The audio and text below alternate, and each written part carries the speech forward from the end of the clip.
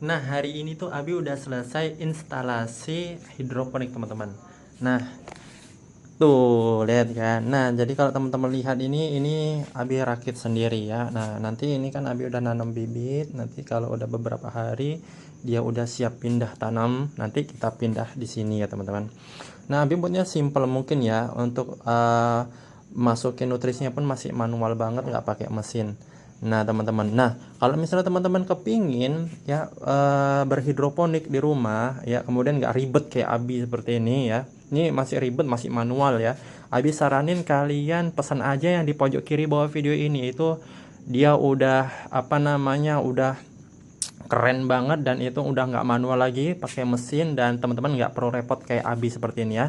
Yang kepingin belajar hidroponik boleh banget cobain ya produk instalasi atau paket hidroponik ya, di pojok kiri bawah video ini, gaskan.